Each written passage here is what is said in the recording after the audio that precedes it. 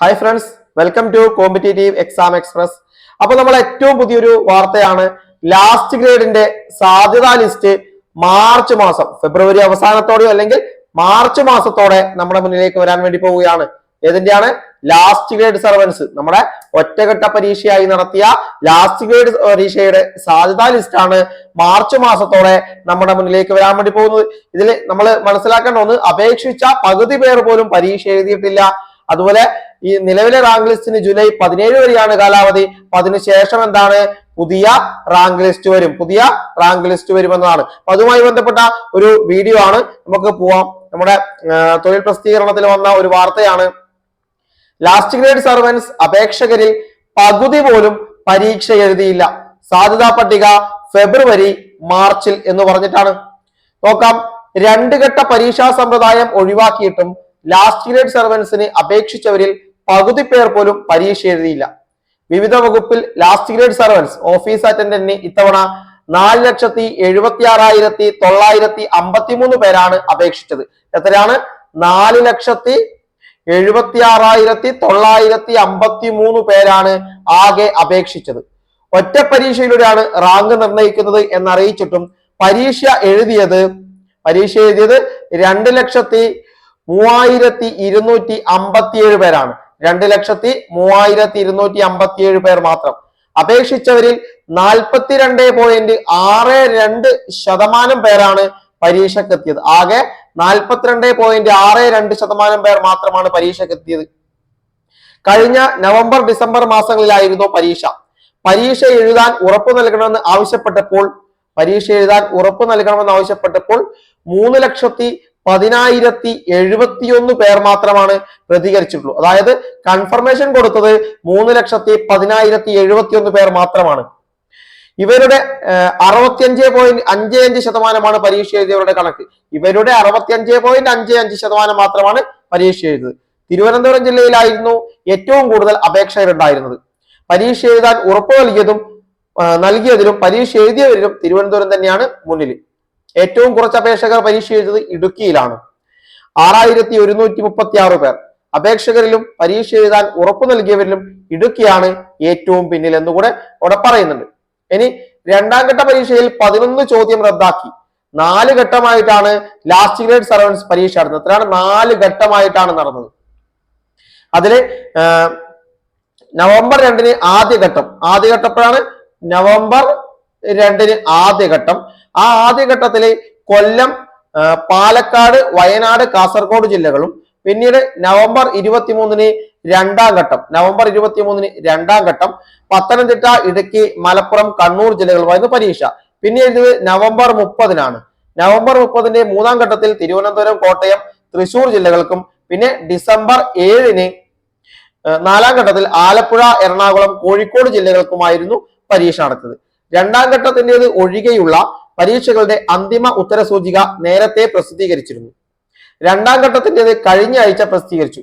ഇതിൽ 11 ചോദ്യം ഒഴിവാക്കിയിട്ടുണ്ട്. നമുക്കറിയാം, 11 ചോദ്യം ഒഴിവാക്കി 2 ഉത്തരം തിരുത്തി.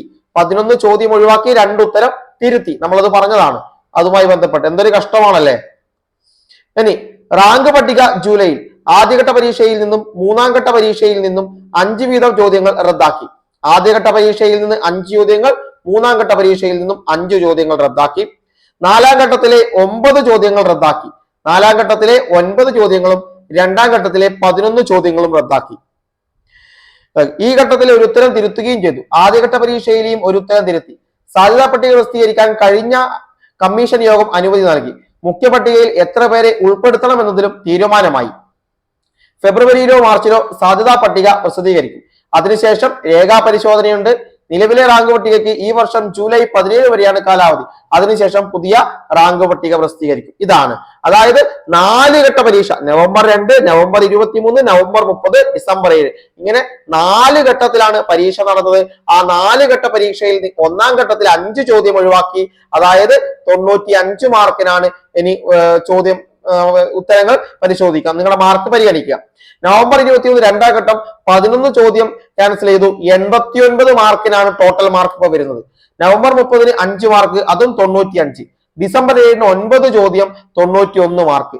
എന്നിങ്ങനെയാണ്. ഒരു ചോദ്യം പോലും മര്യാദയ്ക്ക് ഇടാൻ പറ്റാത്ത ടീമാണ്. എന്ത് ചെയ്യാനാ അതിനൊക്കെ. പിന്നെ കുറച്ച് ഉത്തരങ്ങൾ തിരുത്തുകയും ചെയ്തിട്ടുണ്ട്. ഇങ്ങനെയാണ് ഈ ഒരു പരീക്ഷാ സമ്പ്രദായം പോയത്. അപ്പൊ ഇതിന്റെയൊക്കെ എന്താണ് അന്തിമ ഉത്തര സൂചിക പ്രസിദ്ധീകരിച്ചു. എന്താണ് സാധ്യതാ പട്ടിക പ്രസിദ്ധീകരിക്കാൻ PSC യോഗം തീരുമാനമെടുത്തു. എത്ര പേര്, അതായത് ഓരോ ജില്ലയിലും എത്ര പേരെ ഉൾപ്പെടുത്തണം എന്നതിന്റെ ഒരു തീരുമാനവുമായി. അതായത് ഇന്ന ജില്ലയിൽ, തിരുവനന്തപുരം ജില്ലയിൽ ഇത്ര പേരെ ഉൾപ്പെടുത്തണം, ഇന്ന് കാസർഗോഡ് വരെയുള്ള ജില്ലകൾ ഇത്ര പേരെ ഉൾപ്പെടുത്തണം എന്നതിൽ എന്താണ്, അതിലും ഒരു തീരുമാനമായിട്ടുണ്ട്. ഇനി ഇതാ വിത്തിൻ സെക്കൻഡുകൾ കൊണ്ട് നമ്മുടെ മാർക്ക് ലിസ്റ്റ് OMR പരിശോധിക്കുകയാണ്.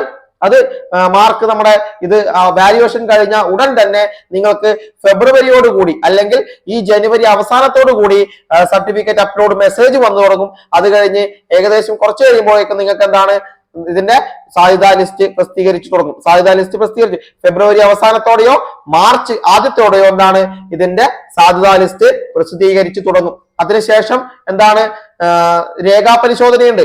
മാർച്ചിൽ വന്നു കഴിഞ്ഞാൽ ഏപ്രിലോടെ എന്താണ് ഏപ്രിൽ മെയ് ഒക്കെ ആകുമ്പോഴത്തേക്കും രേഖാപരിശോധനകളൊക്കെ കഴിഞ്ഞ് ഷോർട്ട് ലിസ്റ്റും അതിനുശേഷം റാങ്ക് പട്ടികയൊക്കെ എന്താണ് പ്രസിദ്ധീകരിക്കാൻ വേണ്ടി പോവുകയാണ്.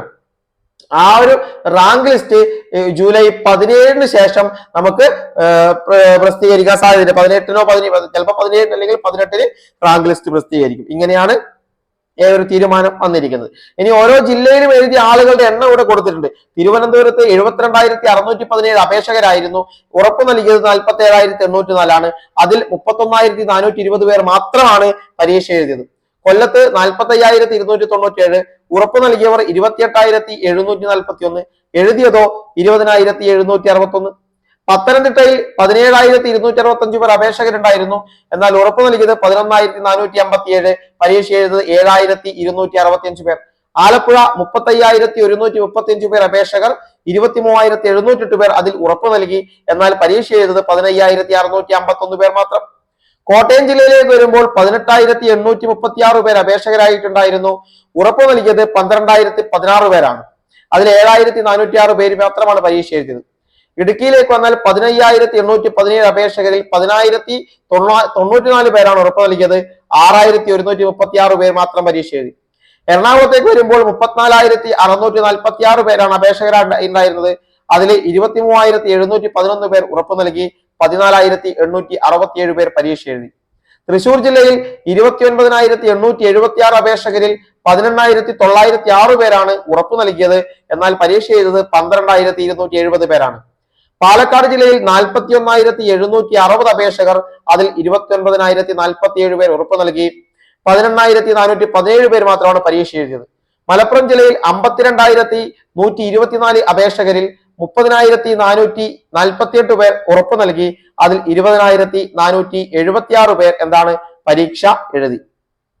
കോഴിക്കോട് ജില്ലയിലേക്ക് വരുമ്പോൾ 47,393 അപേക്ഷകരിൽ 31,283 പേർ ഉറപ്പ് നൽകിയെങ്കിലും പരീക്ഷ എഴുതിയത് 20,624 പേരാണ്.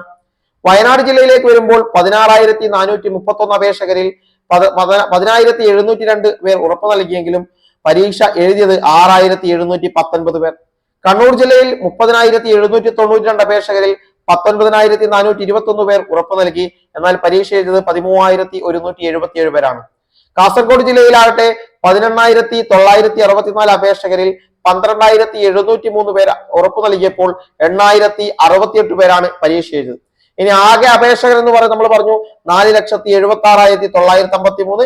അതിൽ ഉറപ്പ് നൽകിയത് 3,10,071 പേർ.